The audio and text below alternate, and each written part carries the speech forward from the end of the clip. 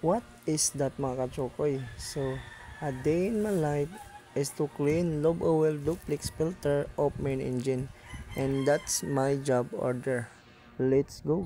At dito, bubuksan ko na yung cap nut ng lobe oil duplex filter. At dapat ginandahan mo lang, huwag kang magmadali kasi baka madami dyan, no? Lalo na't wala pa kaming spare dyan. Pero nag-request na naman kami, no?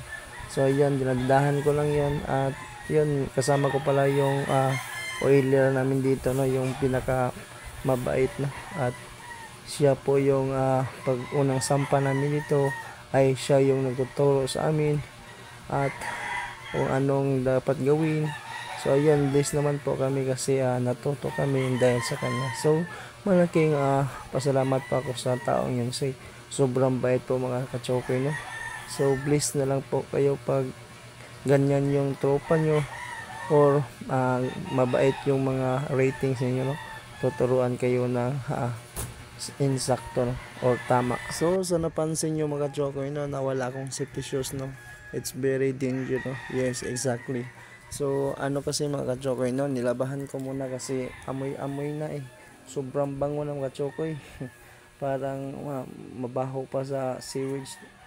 So ayan, nilaban ko muna at ngayon ay pansamantala naman po at dobling ingat lang po mga kachokoy, no? Yan at wala rin akong helmet or hard hat mga kachokoy, no? So ayan, dobling ingat lang naman po ako mga kachokoy, no? So yan yung pong the best, no?